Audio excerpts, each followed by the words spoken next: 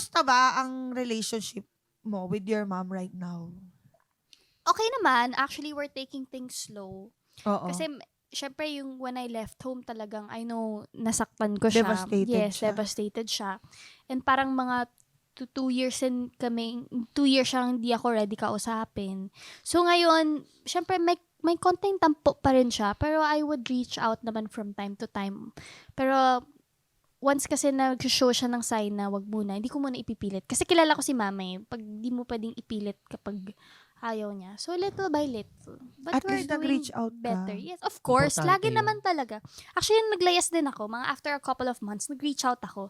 Pero yun talaga total cancel ako. Kasi parang mga after 4 months, fresh pa rin sa kanya yun. Kasi Christmas yun eh. O na-experience ko pa nag-New Year at Christmas ako mag-isa. Doon ako sa condo ko, nagtuturotot ako mag-isa.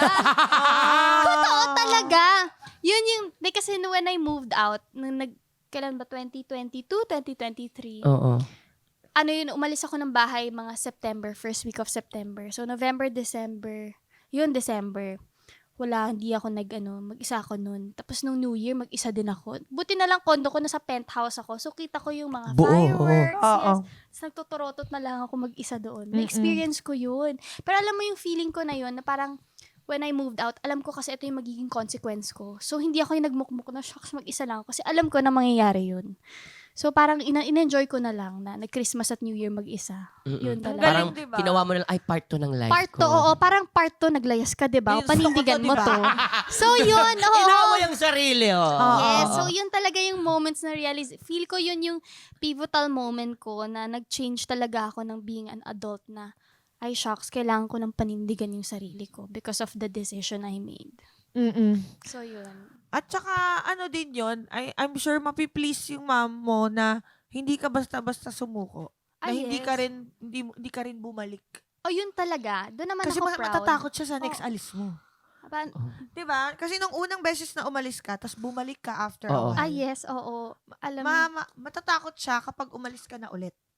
Mas matatakot siya kasi feeling niya, hindi mo kaya eh. Kasi Oo, bumalik ka eh. yes. Oo, gets, Actually, gets, nangyari gets, yun. gets. Naglayas na ako isang beses before. Oo. Nakabagpak pa ako. Pero nung kinagabi, bumalik din ako. Doon lang ako sa kabilang kanto ng kasama. Nag-trip lang.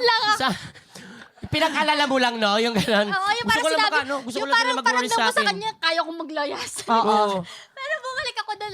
Yun yung sabi, actually ng experience, sabi ko, shucks, di ko na pwedeng gawin to ulit. Parang nakakahiya. Oo. I So, think this is the right time for you talaga. Yes. Perfect yung timing. More tawa mo saya.